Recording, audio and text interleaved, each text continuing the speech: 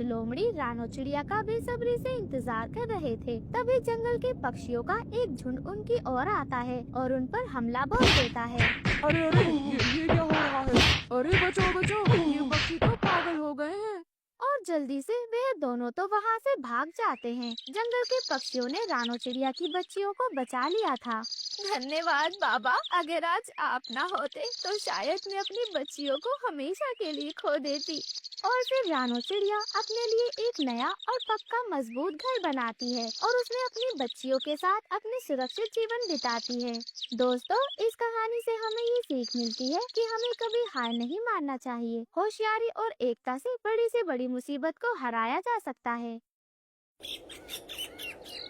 कश्मीर के जंगल में दो जिगरी दोस्त रहा करते थे जिनका नाम टुन्नू चिड़ा और कालू कौवा था। वो दोनों एक दूसरे को बचपन से जानते थे। टुन्नू चिड़ा और कालू कौवा एक ही खेत में काम करते थे। टुन्नू चिड़ा बहुत मेहनती था और कालू कौवा कामचोर था। टुन्नू खेतों में काम करता था और कालू कभी दोस्तों के साथ खेलता तो कभी नदी के किनारे बैठा सो जाता। शाम होते ही उसकी नींद खुल जाया करती। अरे अब सेठ आने ही वाला होगा, जल्दी से मिट्टी अपने शरीर पर लगा लेता हूँ। ऐसा लगेगा जैसे मैंने ही सारी मेहनत की है खेतों में। इस तरह से हर रोज वो अपने शरीर पर मिट्टी लगाकर खेत में चला जाता था और वहाँ देखता है कि टुन्नू उसके हिस्से का काम भी कर चुका था। अरे यार टुन्नू, तुम तो मेरे बहुत बढ़िया दोस्त हो। तुमने मेरे हिस्से का काम भी पूरा कर दिया। कालू, अगर मैं काम नहीं करूँगा तो वो काम अधूरा रह जाएगा और फिर मालिक तुम्हें पकड़ेगा और तुम्हें काम से निकाल देगा, जो मुझे अच्छा नहीं लगेगा। कालू, है ऊपर वाले, मेरा दोस्त कितना बेवकूफ है। ऐसा बेवकूफ दोस्त मुझे ही मिला क्योंकि मेरा भाग्य अच्छा है। तभी वहाँ हरिया सेठ आ जाता है। अरे वाह, तुम दोनों ने तो बहुत बढ़िया काम किया है। यह तो मेरा कर्तव्य है मालिक। देखा टुन्नू, तुम्हारा दोस्त कालू कितनी अच्छी बातें करता है। मैं आज तुम्हारे काम से बहुत खुश हूँ। ये लो तुम दोनों की मजदूरी। हरिया सेठ उन दोनों को पैसे देकर वहाँ से चला जाता है।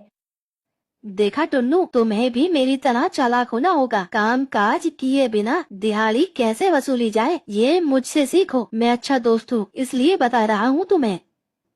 कालू, ज्यादा चालाक होना अच्छी बात नहीं है। तुम अपना काम करो, मैं अपना काम करता हूँ। मैं चालाक होकर क्या करूँगा भाई, मैं मूर्ख ही ठीक हूँ।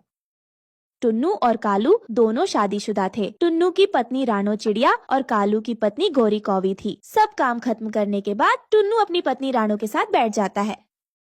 सुनो टुन्नू जी, आपको हो क्या गया है? आपका दोस्त आपको हमेशा बेवकूफ बनाता है। ऐसा तो नहीं है कि आप बेवकूफ हो। आप अपने मालिक को क्यों नहीं बताते? बताओ मुझे।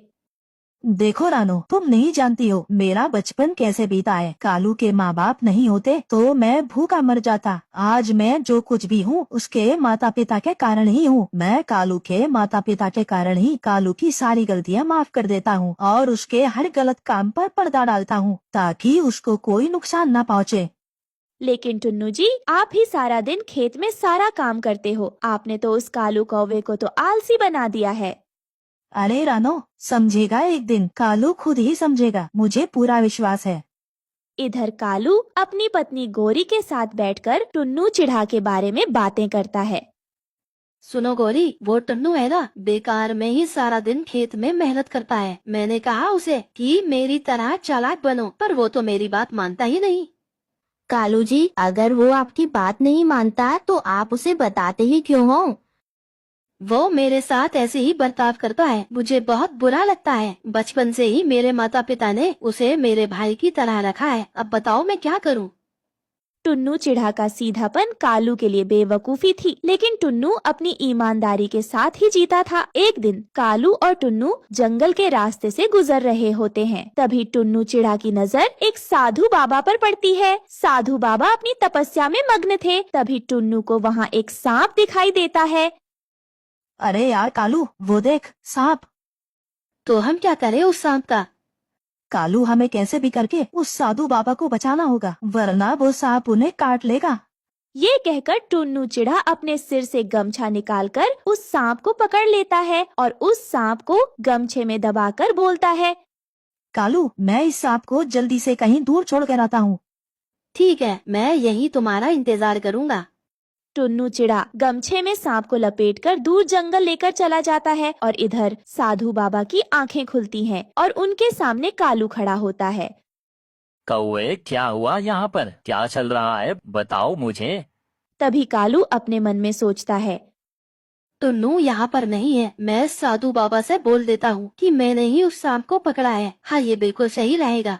अरे साधु बाबा, आप तपस्या में लीन थे, सांप आपको काटने ही वाला था। मैंने उस सांप को पकड़ा और मेरा जो दोस्त टुन्नू है वो उसे जंगल में छोड़ने गया है। तभी उसका दोस्त टुन्नू चिड़ा भी वहाँ आ जाता है। यह कौवा बहुत झूठ बोलता है। मैं इसके मन को बाहर से ही पढ़ सकता हूँ। सांप को तो इसके दोस्त ने पकड़ा है, किंतु इसके मन में क्या है बोल नहीं पा रहा है। इसको सबक सिखाना ही पड़ेगा। अरे वाह, तुम तो बड़े हिम्मत वाले हो। तुम दोनों ने मुझे बड़े संकट से बचाया है, इसलिए मैं तुम दोनों को एक एक वरदान दूंगा। और पहला वरदान है, तुम दोनों में से किसी एक को मैं एक पेड़ देना चाहूंगा। उस पेड़ को तुम्हें मिट्टी और जल अर्पण करके बड़े प्यार से बड़ा करना होगा। वो पेड़ तुम्हारी मेहनत का तुम्हें फल देगा। और दूसरा वरदान क्या है बाबा?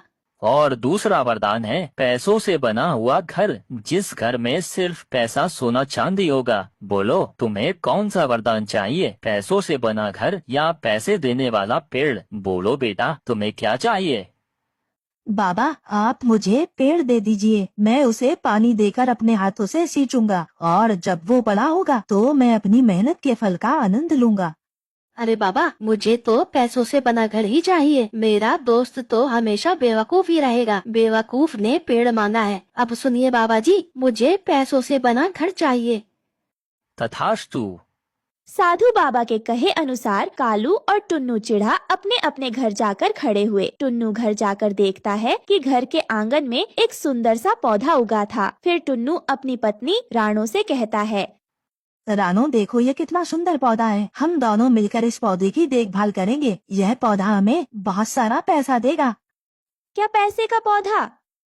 हाँ, साधु बाबा ने तो यही कहा है। हम इसकी अच्छे से देखभाल करेंगे। और इधर कालू के घर में कालू और उसकी पत्नी खुशी से नाच रहे होते हैं। उसका पूरा घर पैसों से बना हुआ था। वो घर सोना चांदी और पैसों से भरा हुआ था।